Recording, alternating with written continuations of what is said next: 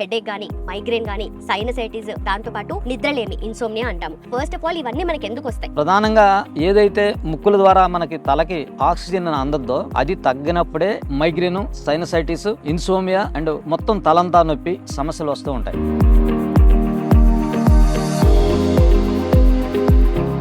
యోగ థెరపీలో మనం చంద్ర ప్రాణాయం, సూర్య ప్రాణాయం, అనులోమ విలోమ ప్రాణాయం చేపిస్తాం. దీనికి ముందు యోగాలో ఏం చేస్తామంటే జలనేతి అని చేపిస్తాం. అంటే ఈ ముక్కులోంచి వాటర్ పంపిస్తే ఈ ముక్కులోకి వస్తాయి, ఆటోమేటిక్గా ఇవన్నీ క్లియర్ అవటం వల్ల బ్రెయిన్కి ఆక్సిజన్ అందుతుంది. దాని తర్వాత దాంట్లో అణు తైలం ఉంటుంది, ANU డ్రాప్స్ ఈ ముక్కులో వేసినప్పుడు ప్రాంప్ట్గా ఆక్సిజన్ బ్రెయిన్కి అందినప్పుడు హెడేక్ తగ్గిపోతుంది, మైగ్రేన్ తగ్గిపోతుంది, సైనసైటిస్ తగ్గిపోతాయి. ఒక మనిషి రోజుకి 21,600 సార్లు శ్వాస తీసుకుంటాడు. దుమ్ము ధూళి అంతా లోపలికి వెళ్తాయి. అందుకే జలనేతి మనం చేసినప్పుడు అది మొత్తం క్లియర్ అయిపోతుంది. అది ఆక్సిజన్ బ్రెయిన్కి అందిస్తుంది. Pituitary and penal and thyroid gland 3 gland ఇది యాక్టివ్ చేస్తుంది. Welcome to I dream. నా పేరు లుంపిని. ప్రకృతి మనకి ఎన్నో ఇచ్చింది, అందమైన చెట్లు, వాటి నుండి వచ్చే ఉపయోగాలు మరెన్నో కదా. అయితే తినడానికి మాత్రమే తిండి కాదు, ఆరోగ్యపరంగా కూడా మనకు చెట్లు చాలా రకాలుగా ఉపయోగపడతాయి. మూలికలు, అలాగే చెట్టు నుండి వచ్చే వేరు దగ్గర నుండి కొమ్మలు, ఆకులు, పండ్లు, వాటి తొక్కలు ప్రతిదీ కూడా మనము ఆరోగ్యం కోసం ఉపయోగించవచ్చు. అదెలా అంటారా? అదే సాంప్రదాయ చికిత్సా విధానం మూలికల వైద్యం. ఈరోజు మనం ఉన్నాము అగస్త్య ట్రెడిషనల్ క్యూర్ సెంటర్ దగ్గర.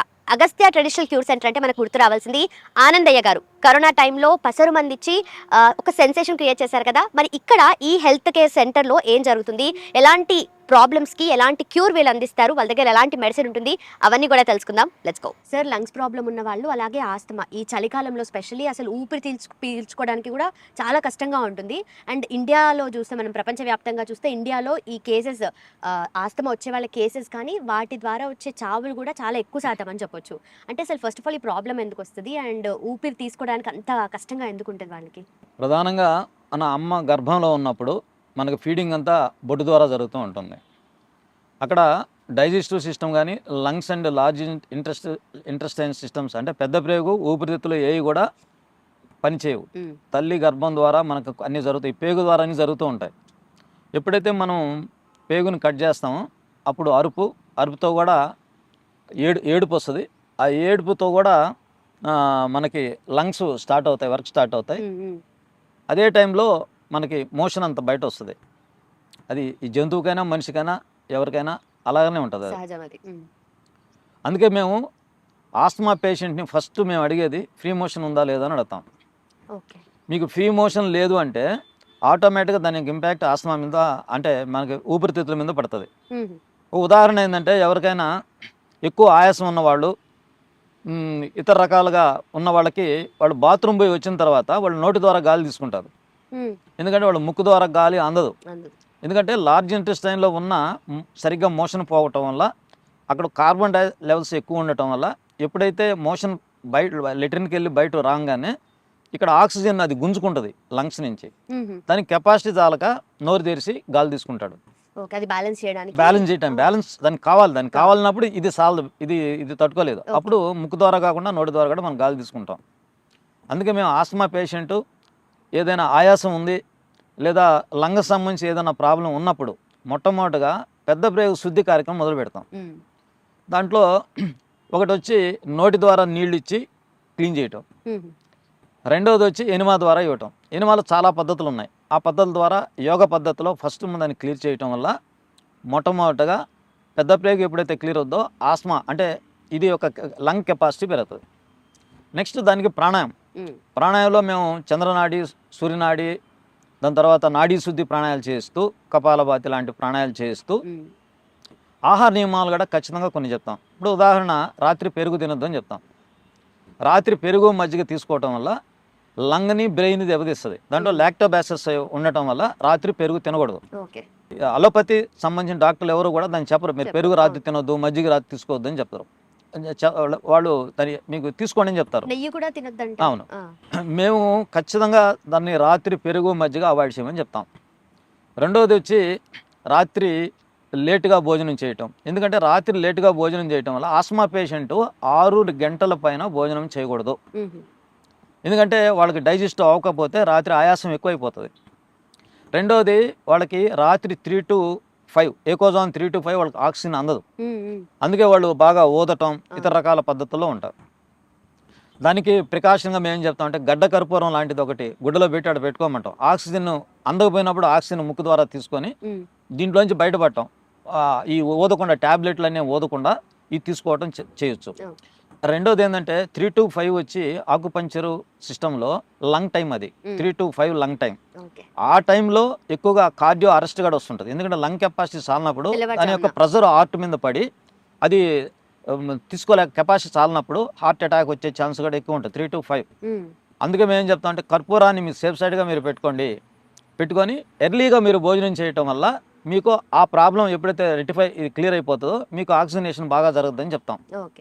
రెండోది వచ్చి ఈ ఛాతీ అంటే డయాఫారం ఉంటుంది. ఇక్కడ డయాఫారము మీద లోడ్ పట్టడం వల్ల రాత్రి ఆక్సిజనేషన్ సరిగ్గా తీసుకోలేకపోవడం జరుగుతుంది పొట్ట.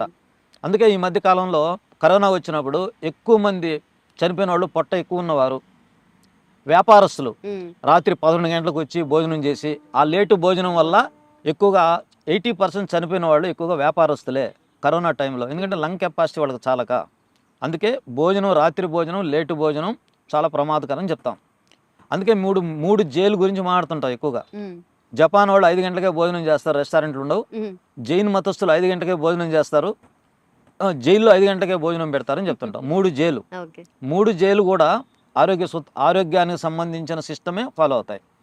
అందుకే జపాన్ వాళ్ళు ఎక్కువ మంది 130 సంవత్సరాలు కూడా వాళ్ళకి జీవన ప్రమాణం ఉంటుంది. దీనికి మనం ప్రాణాయామం ద్వారా చేస్తూ, ఇందాక మీకు అణుతైలం చెప్పాను, ఈ అణుతైలు కూడా బ్రెయిన్కి ఆక్సిజన్ అందిస్తూ లంగ్ కెపాసిటీని కూడా పెంచుద్ది మీకు. అందుకే మీరు దాన్ని వాడమని చెప్తాం. రాత్రి పెరుగు, మజ్జిగ పూర్తిగా అవాయిడ్ చేయమని చెప్తాం.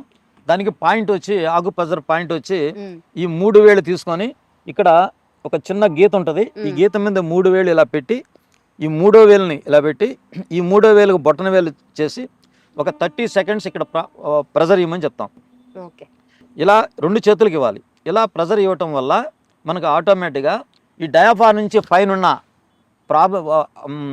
ఆర్గాన్స్ అంటే హార్ట్ అండ్ లంగ్స్ కూడా యాక్టివ్ అయ్యి మనకి ఆ ప్రాబ్లం నుంచి మనం రెక్టిఫై అవ్వచ్చు. అదేవిధంగా ప్రాణాయాలు ఎంతసేపు చేయాలి? మామూలుగా దీన్ని క్లీనింగ్ చేయాలంటే మళ్ళీ మనం భస్త్రికా ప్రాణాయామం చెప్తాం. దాని తర్వాత సూర్య ప్రాణాయామం, చంద్ర ప్రాణాయామం చెప్తాం. దాని తర్వాత నాడీ శుద్ధి ప్రాణాయామం కూడా మనం చెప్పినప్పుడు ఎప్పుడైతే మనకి దీని యొక్క కెపాసిటీ మనం అంటే లంగ్ కెపాసిటీ, లంగ్స్లో ఉన్న మామూలుగా రైట్ సైడ్ 3 లోగీస్ అంటాం, 3 గదులు ఉంటాయి. లెఫ్ట్ సైడ్ వచ్చి 2 గదులు ఉంటాయి, మధ్యలో హార్ట్ ఉంటుంది. కాబట్టి ఈ 5 గదుల్ని మనం కరెక్ట్ చేయడానికి మనం చేస్తూ ఎక్కువగా పులుసు పదార్థాలు తక్కువ తీసుకోమని చెప్తాం. చింతపండు పులుసు కొంచెం తక్కువ తీసుకోమని మనం చెప్పడం వల్ల వాళ్ళు ఎన్ని రోజుల్లో తగ్గద్ది? ఖచ్చితంగా 63 రోజుల నుంచి 6 నెలల లోపల వాళ్ళు కంటిన్యూగా ఈ ప్రాసెస్, ఈ సిస్టమ్ మనం చేయటం వల్ల మనకి పూర్తిగా అది మన కంట్రోల్ అవుతూ వస్తుంది. దాని తర్వాత మనం వాకింగ్ని ఈరోజు ఒక 200 మీటర్లు నడిచాం, రేపు 400 మీటర్లు నడిచాం. అట్లా కెపాసిటీని పెంచుకుంటూ ఒక 40 డేస్ లోపల మనం 3-4 కిలోమీటర్లు కూడా మనం నడవచ్చు. ఎందుకంటే రెండో విషయం కూడా ఏంటంటే వాకింగ్ చేసేటప్పుడు కూడా చేతుల్ని బాగా వెనక్కి ముందుకి ఇలా ఊపుతూ నడవాలి. నడిచినప్పుడు ఇక్కడ large intestine, small intestine 2 zones ఉంటాయి.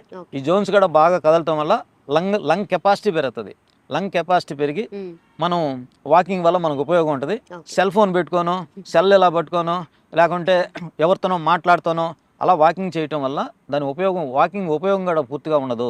అందుకే మనం కాన్సన్ట్రేషన్గా చేతులు ఊపుతూ చేయటం వల్ల లంగ్ కెపాసిటీ బాగా పెరుగుతుంది. వాకింగ్లో, ప్రాణాయామంలో ఇది పెరుగుతుంది. ఆహార నియమంలో మనం పెరుగు, మజ్జిగ మనం పూర్తిగా అవాయిడ్ చేయాలి. ఆకుకూరలు కూడా రాత్రి మంచిది కాదు. ఆకుకూర కూడా వాటర్ ఎక్కువ ఉంటుంది కాబట్టి ఆకుకూరలు మంచిది కాదు. వీటిని మనం కంట్రోల్ చేయటం వల్ల మనకి చాలా ఉపయోగకరం ఉంటుంది. అదేవిధంగా ఇప్పుడు మామూలుగా ఎవరికైనా జలుబు చేస్తుంది, జలుబు లంగ్కి సంబంధించిన సబ్జెక్ట్ అది. దానికి ప్రధానంగా మేము ఏం చెప్తాం అంటే మెగ్నీషియం యొక్క ఇంపాక్ట్ తగ్గినప్పుడు వాటర్ ఎక్కువ కారి మనకి ఆకలి కూడా తగ్గిపోతుంది, ఆకలి కూడా తగ్గద్ది. అందుకే మనం మెగ్నీషియం యొక్క కెపాసిటీని పెంచేదానికి హాట్ వాటర్ తాగమంటాం.